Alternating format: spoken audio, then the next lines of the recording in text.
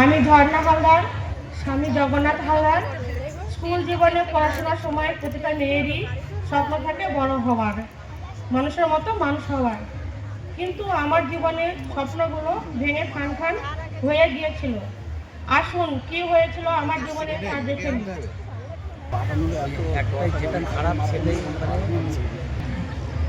পাড়ার ডাবিয়ে বন্ধুদের সাথে খুনসুটি করে ওর দিন কাটে।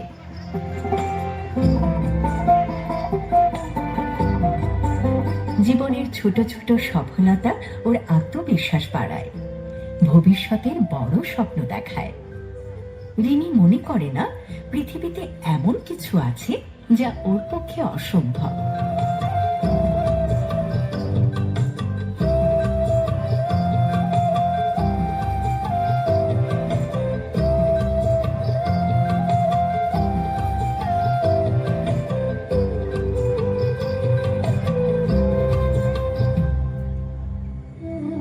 কিন্তু একদিন হঠাৎ করে সব বদলে যায়।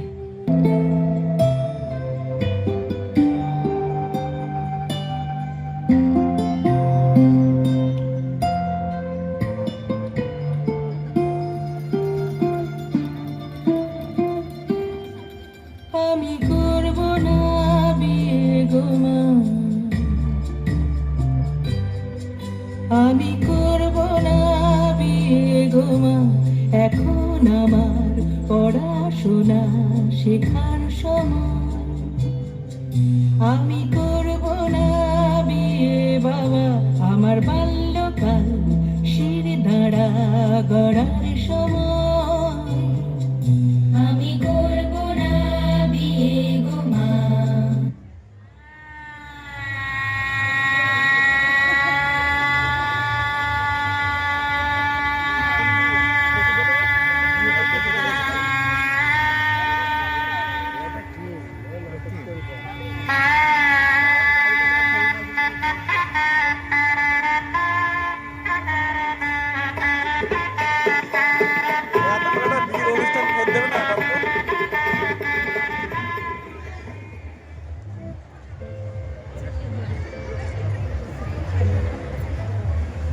নয় বছরে বিয়ে হলো, শৈশব আমার জমে গেল।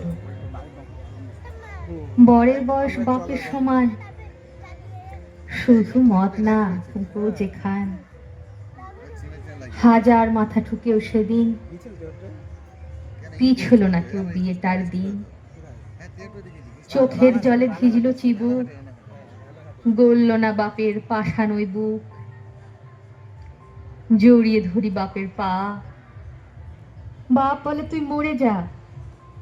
মরতে গেলাম, তাও হলো না, জলে ডুবেও প্রাণ গেল না। মা বোঝালো অনেক করে, বিয়েটা তুই করেই নেরে।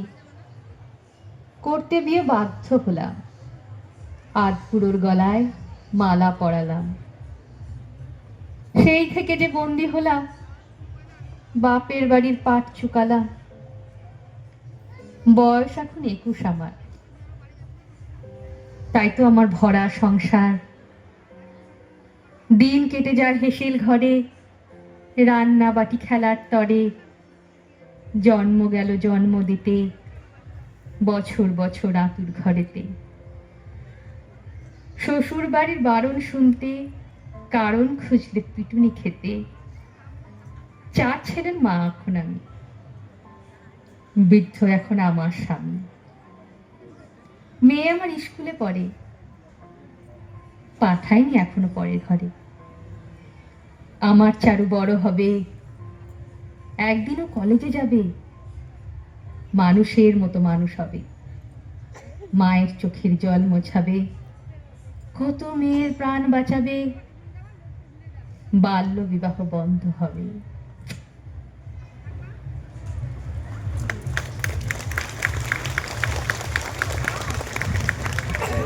ঈশ্বর সর্বদূত। 13 বছর বয়সে শ্বশুর বাড়িতে এসে অনেক অসুবিধার মধ্যে পড়েছিলাম। তখন আমি কিছুই জানতাম না। ক্রমে ক্রমে বড় হলাম, 2 সন্তানের মা হলাম।